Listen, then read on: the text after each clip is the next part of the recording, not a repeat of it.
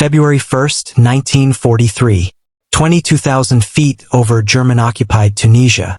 The B-17F Flying Fortress All-American was dying. Not from flak, not from fighters, but from a single terrible collision that should have sent 10 men to their graves. The air at 22,000 feet over Tunisia is not the air we breathe. It is thin, brittle, and savagely cold. -40 degrees Fahrenheit on that first day of February, 1943. Inside the tail gun position of the B-17F Flying Fortress All-American, this cold was a living presence.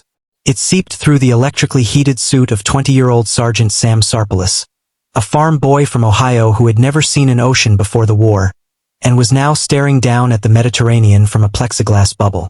His world was a hemisphere of scratched plastic 2.50 caliber machine guns, and the vast, vulnerable expanse of sky behind the bomber.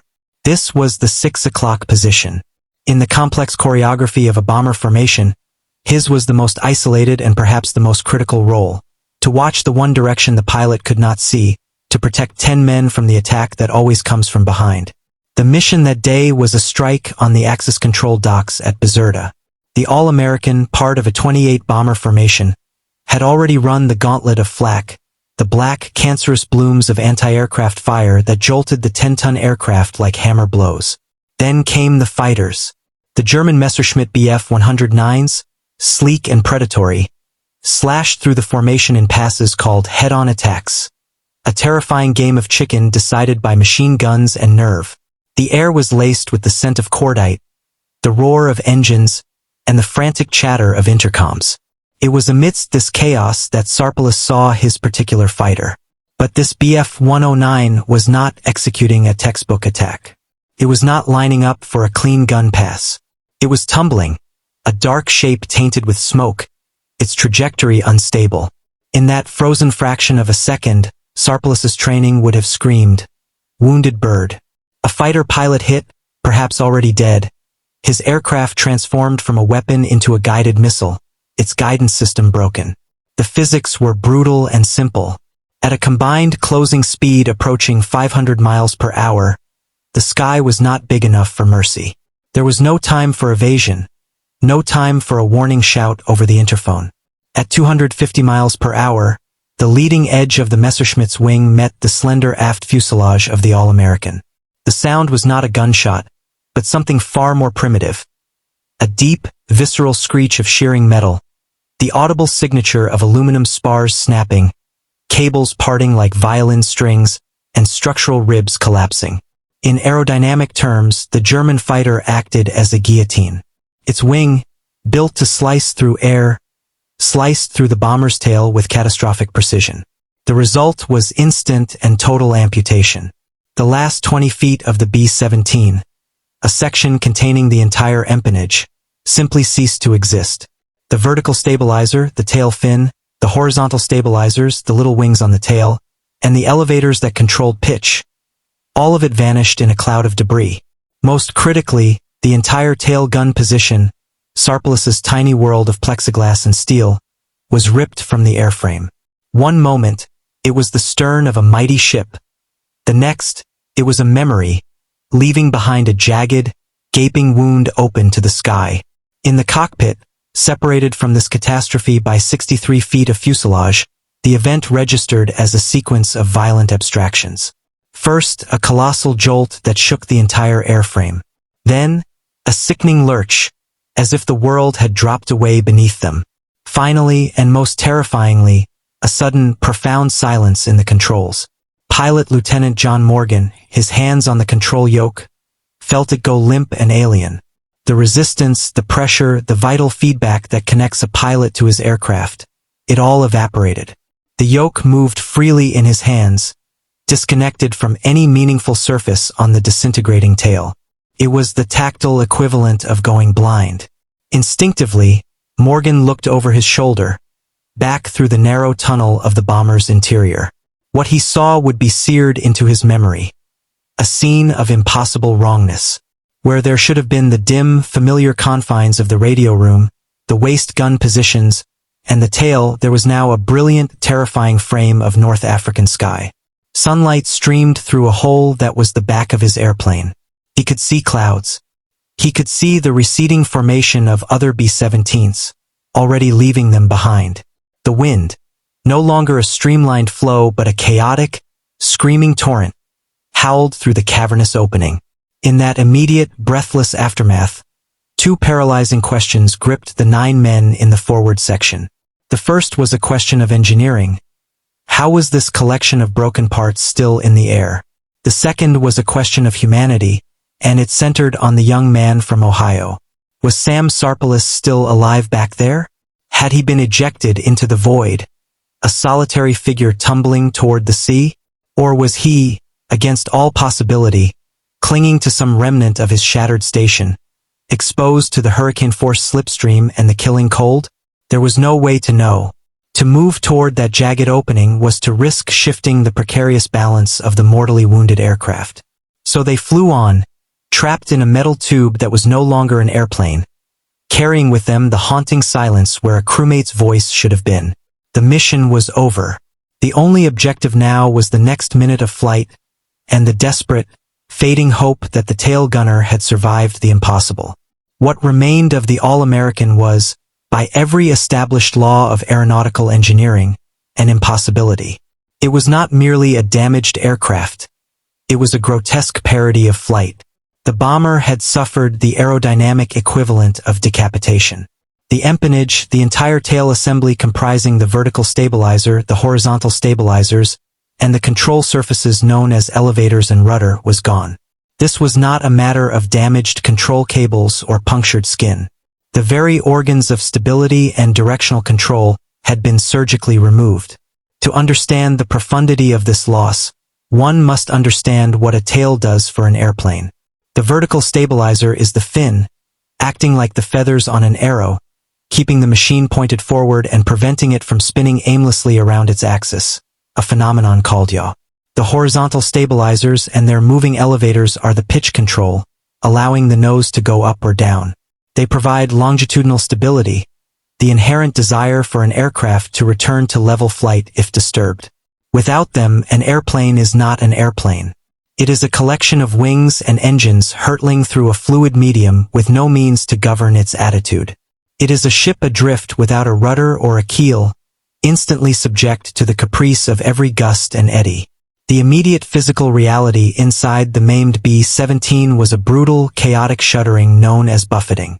With the clean, streamlined flow of air over the tail completely destroyed, the slipstream encountered the ragged, open wound of the fuselage and created a maelstrom of turbulence. This wasn't just vibration. It was a violent, oscillating force hammering the entire structure. Every rivet was stressed. Every remaining structural member groaned under loads it was never designed to bear. The airframe was engaged in a catastrophic argument with physics, and the physics were winning, threatening to amplify the initial failure into a complete structural breakup. The very act of continuing to fly was applying forces that sought to tear the aircraft apart from the inside out. Yet, against this verdict of impossibility, two slender threads of hope remained, two miracles of design and discovery that intervened between the crew and a fatal stall or spin. The first miracle was embedded in the very philosophy of the B-17's construction. The Flying Fortress was not just named for its defensive firepower. It was, in its bones, built to endure punishment. Its design embodied a principle of structural redundancy. Critical components like wing spars, the internal beams that carry the flight loads, were not single points of failure. The B-17 used a multiple spar system. Where a lesser aircraft might have one or two main spars, the Fortress had several, distributing stress across a network of support. Furthermore, its control systems featured redundant cables. If one cable was severed by flak or gunfire, another could, in theory, take up the slack. While the collision had severed most of these, the robust primary structure, the fuselage's underlying skeleton, held.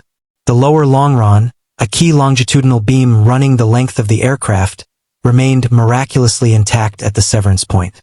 It became the literal backbone, the final structural member preventing the forward and aft sections from completely divorcing in midair. The airframe was bent, wounded, and screaming in protest, but its fundamental integrity, born of over-engineering for combat survival, refused to yield. The second miracle was smaller, more subtle, and was discovered not in a design manual, but in a moment of desperate experimentation by Flight Engineer Staff Sergeant James R. Lee. With the primary elevators gone, conventional pitch control was impossible. However, on the trailing edge of each wing, attached to the larger flaps, were two small secondary surfaces, the trim tabs. These were the aviation equivalent of fine-tuning knobs. Normally, a pilot uses trim tabs to relieve constant pressure on the control yoke, to trim the aircraft for hands-off level flight on a long journey. They are adjustments, not primary controls. Each tab was barely 6 inches wide, a trivial afterthought in the grand scheme of the bomber's vast wingspan. In the chaos following the collision, with the aircraft porpoising wildly, Lee began experimenting with the trim tab controls. What he discovered was a lifeline. By manipulating these tiny surfaces, he could change the airflow over the wings just enough to affect the aircraft's pitch attitude. Deploying the tabs one way could coax the nose down. Adjusting them the other way could, with agonizing slowness, persuade the nose to rise. It was an act of flying by influence, not by direct command. The response was sluggish, and immense physical effort was required to hold any attitude, but it was a response. They could not turn.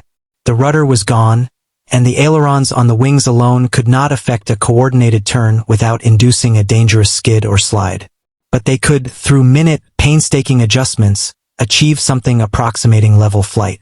They could climb or descend, not with the precision of a pilot, but with the desperate, gradual insistence of a sailor raising a sail in a storm. Thus, the flight became a continuous, white-knuckled negotiation. The 4 Wright Cyclone engines, still dutifully producing thrust, provided the forward motion. The massive wings, untouched by the collision, still generated lift. And 2 minuscule strips of metal, designed for comfort, became the sole interface between human will and aerial survival. They were flying a 25-ton aircraft on the aerodynamic equivalent of 2 postage stamps. It was an affront to physics, a temporary suspension of the inevitable, purchased by rugged construction and a flight engineer's desperate, brilliant intuition. They were no longer pilots of a bomber. They were caretakers of a physics-defying glitch, riding a wounded beast on a single, fraying thread of possibility back towards the Earth. With the immediate, shocking verdict of physics temporarily suspended, a new and more insidious challenge emerged inside the shattered fuselage of the All-American. The aircraft was no longer a cohesive, predictable machine. It had become an unstable, exquisitely sensitive platform, and every breath, every movement within it threatened to become the final disturbance that would send it tumbling from the sky. What ensued was a survival ballet, a tense and silent performance where the choreography was dictated by the unforgiving laws of weight and balance, and a single misstep meant death for all. The bomber's center of gravity, that theoretical point where its mass was balanced, had been catastrophically altered. The loss of the entire tail section removed weight from the rear. While this might seem to make the plane nose-heavy, the aerodynamic effects were more complex and perilous. The remaining fuselage, now a blunt, open-ended tube, created drag and turbulence that constantly fought against the wing's lift. The aircraft was in a state of fragile, dynamic equilibrium. It was balanced on a knife's edge. Shift the remaining weight too far forward, and the nose would drop, initiating an unrecoverable dive as the airflow over the wings became fatally disrupted. Shift weight too far aft, and the nose would pitch up uncontrollably, the wings would lose lift, and the bomber would stall, a condition where an airplane simply stops flying and becomes a falling object. At their altitude, a stall would almost certainly become a fatal spin. Into this precarious reality stepped Lieutenant John Morgan's command voice. Cutting through the roar of wind and engines, it was an instrument of calm, surgical precision. He issued an order that transformed the crew from a team of operators into a collective, living counterweight. Everyone stay exactly where you are. Do not move unless I tell you. This was not a request. It was a fundamental law of their new temporary universe. The gunner at his waist window, the bombardier in the nose, the navigator at his chart table, each became a human sandbag, a fixed point of mass in a critical calculation. Their bodies were no longer their own. They were components of the aircraft's flight control system. This imposed stillness made the task of caring for the wounded an act of profound danger and ingenuity.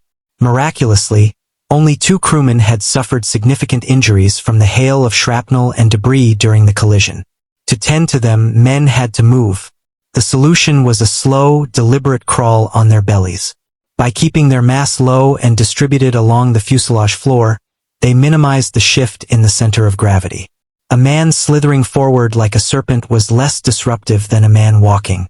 Every movement was communicated, coordinated, and executed with agonizing slowness, a testament to discipline overriding panic.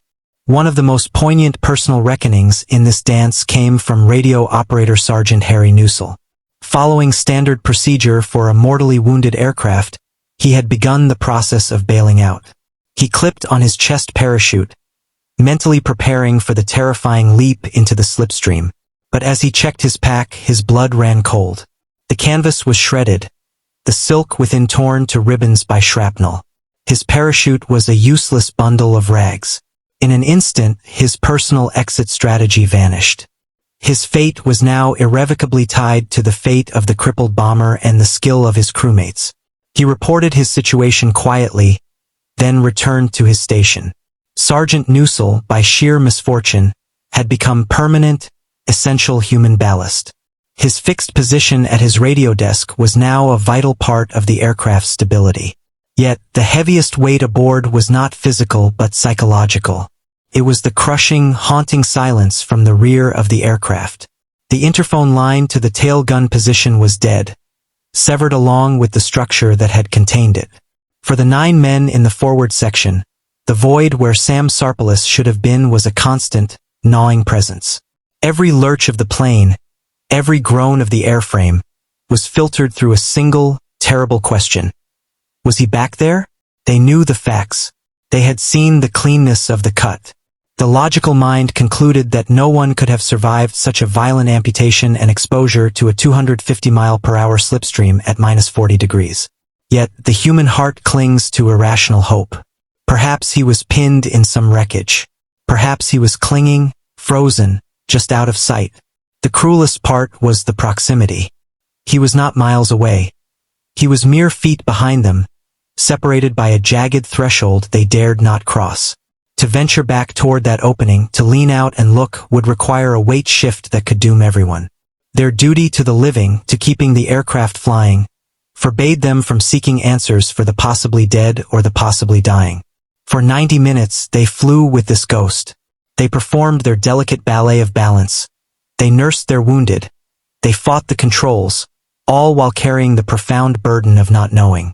It was a unique form of torment, a shared suspense that bound them tighter than any battle success ever could. They were preserving the possibility of his life by refusing to confirm his death, making their every careful action a silent, collective prayer for the young man from Ohio whose world had been the 6 o'clock sky. The dance of survival was, in part, a vigil. 90 minutes. In the normal flow of a life, it is a trivial span, the length of a feature film, a long lunch, a train commute. But for the crew of the All-American, suspended between 22,000 feet of empty sky and the hard earth, those 90 minutes were an eternity measured in heartbeats, groans of metal, and the slow, creeping progress of a shadow across the cockpit floor. It was the length of their marathon to survive, a countdown against structural fatigue, fuel, and hope. Their formation, the protective wolf pack of other B-17s, had become a collection of receding specks on the horizon. A bomber formation cannot slow to a crawl for one wounded aircraft. To do so would make the entire group vulnerable. The harsh arithmetic of survival dictated that they press on. The All-American was alone, a solitary, crippled beast crawling at a painfully reduced speed toward the nearest known haven. Bône Airfield on the coast of Algeria, over 150 miles away. Every mile was a battle. With the massive drag from the open fuselage, the 4 straining Wright Cyclone engines could only push them along at a pace that felt glacial, extending their exposure and their agony. They were not flying. They were persuading a collection of broken parts to move forward. It was during this vulnerable, exposed transit that the silhouette of enemy fighters reappeared in the sun. German Messerschmitts, likely the same group that had attacked the formation earlier or others patrolling the return routes, spotted the lone, limping bomber.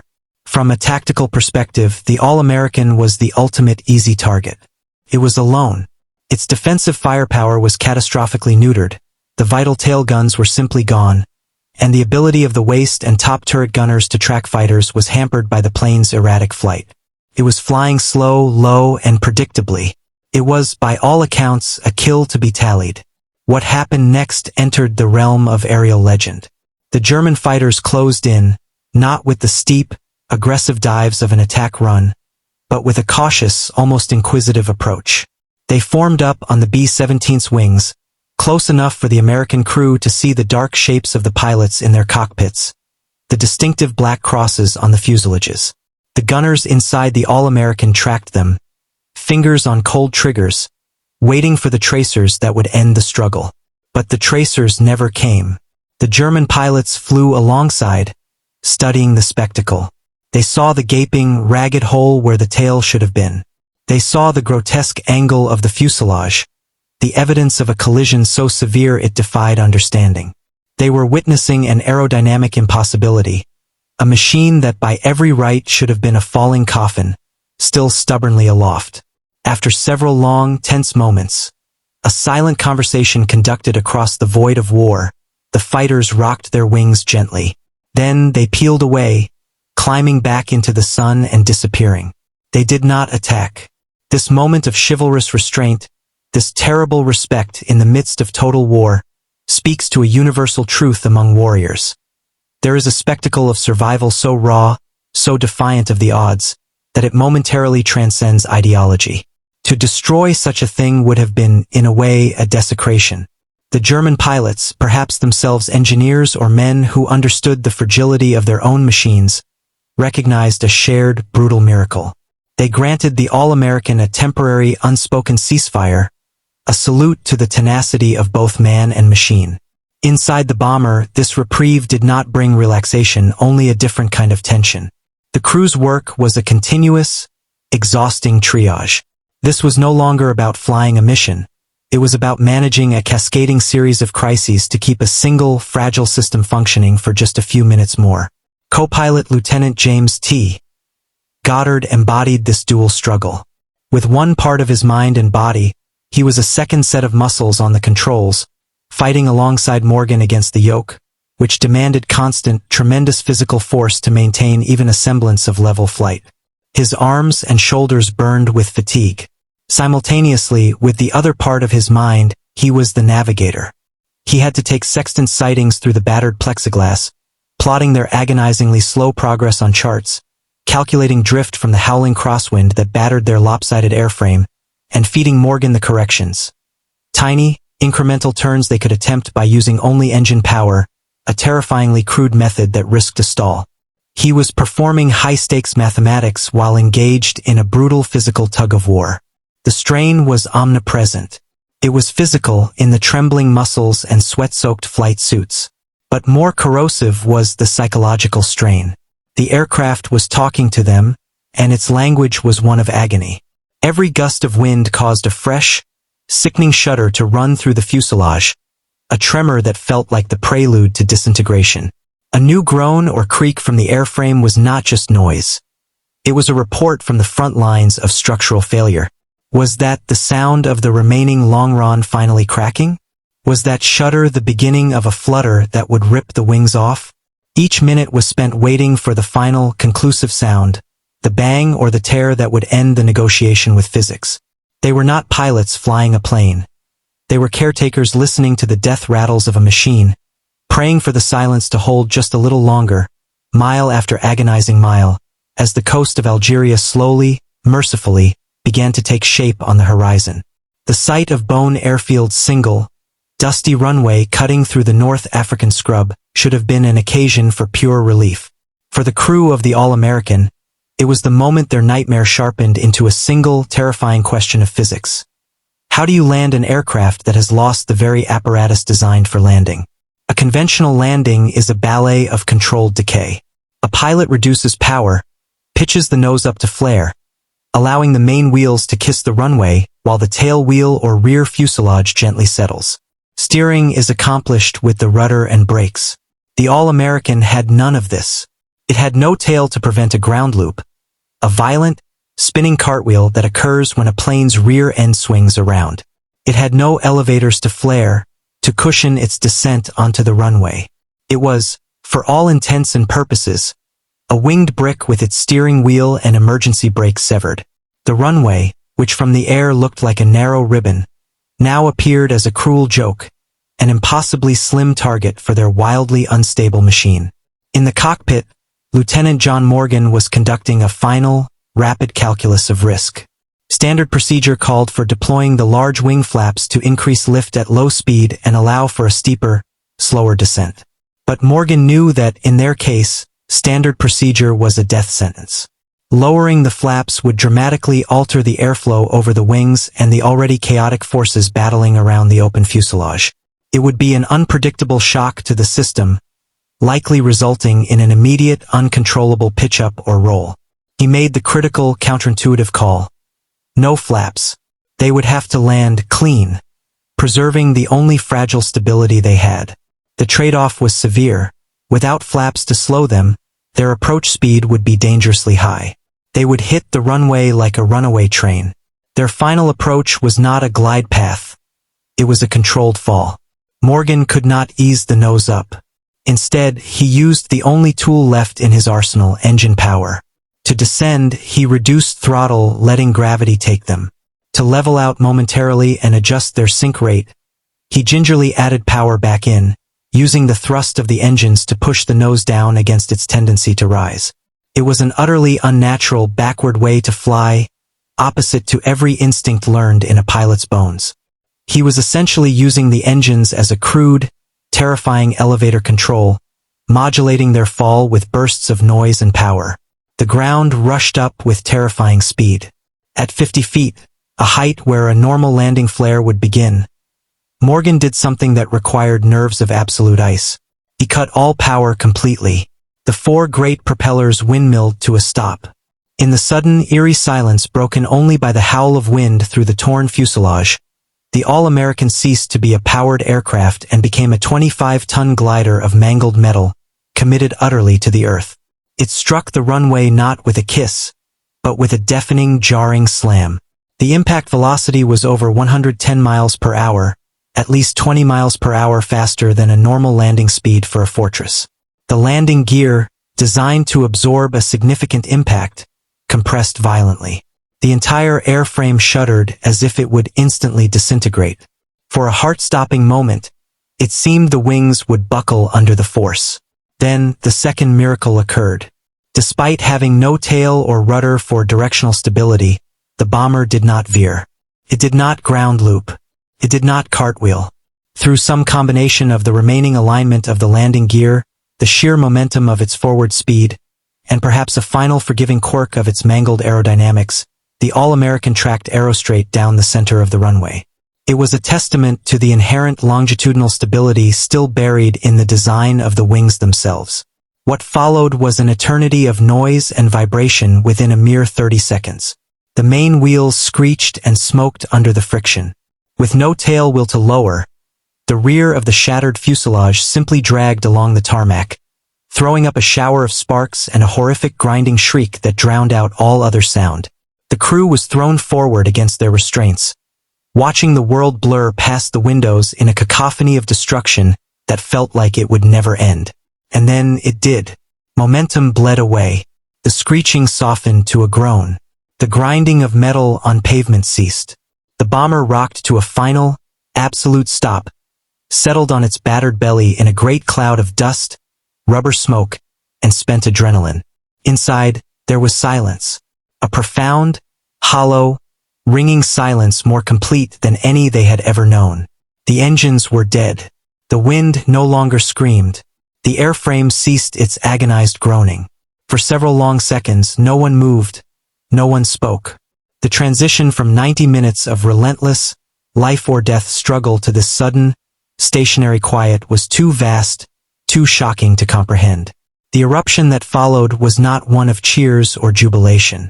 It was a release of stunned, almost disbelieving exhalations. A muttered, "My God," a disbelieving shake of a head, Men slowly, stiffly unstrapping themselves, looking at their hands as if seeing them for the first time, touching the solid, unmoving fuselage walls around them. They climbed out not as conquering heroes, but as survivors of a shipwreck, stumbling onto stable ground. They had done the impossible. They had not just flown a crippled plane. They had landed a collection of wreckage that defied the very definition of flight. In that cloud of dust on a North African runway, they stood as quiet witnesses to a moment where human will, embodied in Morgan's icy skill and the crew's discipline, had not just challenged physics, but had, against all odds, negotiated a temporary, breathtaking draw. The ground crews at Bône Airfield who sprinted toward the smoking, dust-shrouded wreckage expected to perform a recovery of the dead. What they found instead was an optical illusion, a monument to impossible survival that left hardened mechanics standing in mute, bewildered silence. Up close, the scale of the devastation was incomprehensible. The B-17 had not been merely damaged. It had been surgically dismembered. The tail had been severed with a cleanness that was almost obscene, the cut occurring just behind the bulkhead of the radio room. Where there should have been a 50-foot taper ending in a graceful tail, there was only a jagged, gaping maw, wires and cables dangling like severed tendons into the empty air. The internal skeleton was exposed, a cross-section of fractured ribs, torn skin, and sheared conduits. The only thing connecting the forward section to the memory of its tail was the lower fuselage longeron, a single, rugged longitudinal beam, and a handful of control cables that had, against all odds, remained attached. This was the aviation equivalent of a body severed at the waist, with life sustained by one miraculously unbroken spinal nerve and a few clinging nerve endings. It was an anatomy lesson in the brink of catastrophe. As the medics and mechanics processed this scene, a movement at that ragged edge froze them all. From the darkness of the shattered interior, a figure began to emerge, crawling slowly, painfully, out of the wound itself. Covered in a thick, black slurry of hydraulic fluid, engine oil, and a rime of crystalline frost, he resembled something not quite human, a phantom conjured from the wreckage. It was Sergeant Sam Sarpilas. Against every conceivable law of biology and physics, he was alive. His survival was a separate, parallel miracle occurring just feet from his crewmates for the entire 90-minute ordeal. His experience had been one of absolute, exposed extremity. When the tail was sheared off, he was not ejected. Instead, he was violently slammed down into the remaining floor of his compartment, now an open-topped, shattered tub hurtling through the stratosphere. The slipstream, a 250-mile-per-hour torrent of freezing air, scoured his position. The temperature was 40 degrees below 0 Fahrenheit. He had no oxygen mask, as his supply line was severed. Yet, in the thin, hypoxic air, clinging to the remnants of his gun mount, pressed against the only scant windbreak provided by a surviving spar, he endured. For the entire flight, he had an unobstructed, terrifying view, watching the landscape of North Africa crawl by beneath him, seeing the German fighters approach and then sheer off, witnessing the entire desperate struggle from his open-air perch on a disintegrating machine. His survival was a testament to the human body's savage will to live, to the protective cocoon of shock, and to a young man's sheer, stubborn grip on life. The All-American never flew again. Its legend was cemented on the ground at Bône. It was not repaired. It was ceremonially dismantled, its usable parts, engines, instruments, guns, cannibalized to keep other fortresses in the air. The airframe itself was likely scrapped, its metal recycled for the war effort. Its purpose had been fulfilled in the most profound way possible. It had returned its crew. So what was the alchemy that held it together? Engineers and historians point to a trinity of factors that conspired against fate. First was the over-engineered durability of the B-17 itself. The Flying Fortress was built not just to fly, but to absorb punishment. Its design philosophy, born in an era when structural weight was less scrutinized, embraced redundancy. The multiple spar wing structure meant the load was shared. If one spar failed, others could carry the burden. The robust fuselage longerons and redundant control cables were meant to survive bullet strikes and flak fragments. In this case, they survived a guillotine strike. The designers had built in a margin of safety so generous it could accommodate a catastrophe they never envisioned. Second was the calm, procedural professionalism of the crew. From Morgan's decisive command to freeze positions, to Lee's discovery of the trim tab solution, to Goddard's dual role as navigator and co-pilot, they did not panic. They became systems analysts of their own disaster. They treated the failing machine as a series of problems to be solved, not as a death sentence. Their disciplined actions prevented the one thing that would have guaranteed structural failure: a sudden, violent shift in balance or control input. Third, and perhaps most intriguing, is what aeronautical engineers refer to as the forgiveness designed into the aircraft. This is an intangible quality, the inherent stability of the wing platform, the gentle stall characteristics, the way the controls responded progressively even when damaged. It was this forgiveness that allowed the maimed bomber to maintain a rough, wallowing stability instead of instantly snapping into a spin. It allowed those tiny trim tabs to have any effect at all. The B-17, by its very nature, wanted to fly straight and level, and even in its mutilated state, that fundamental desire persisted, giving the crew a fighting chance to guide it. In the final accounting, 10 men walked away. They walked away from what was not an airplane, but a collection of violated engineering principles. They walked away from a machine that had every reason to become their coffin, but which, through a conspiracy of rugged design, human courage, and sheer, dumb luck, became their unlikely chariot. The story of the All-American endures not just as a war story, but as a testament to a fleeting, breathtaking moment when the meticulous calculations of engineers and the raw will of men met in midair and jointly told the laws of physics. Not today. It proved that machines, like the men who crew them, can possess a stubborn, inexplicable will to live, clinging to existence long after logic has declared their time is up.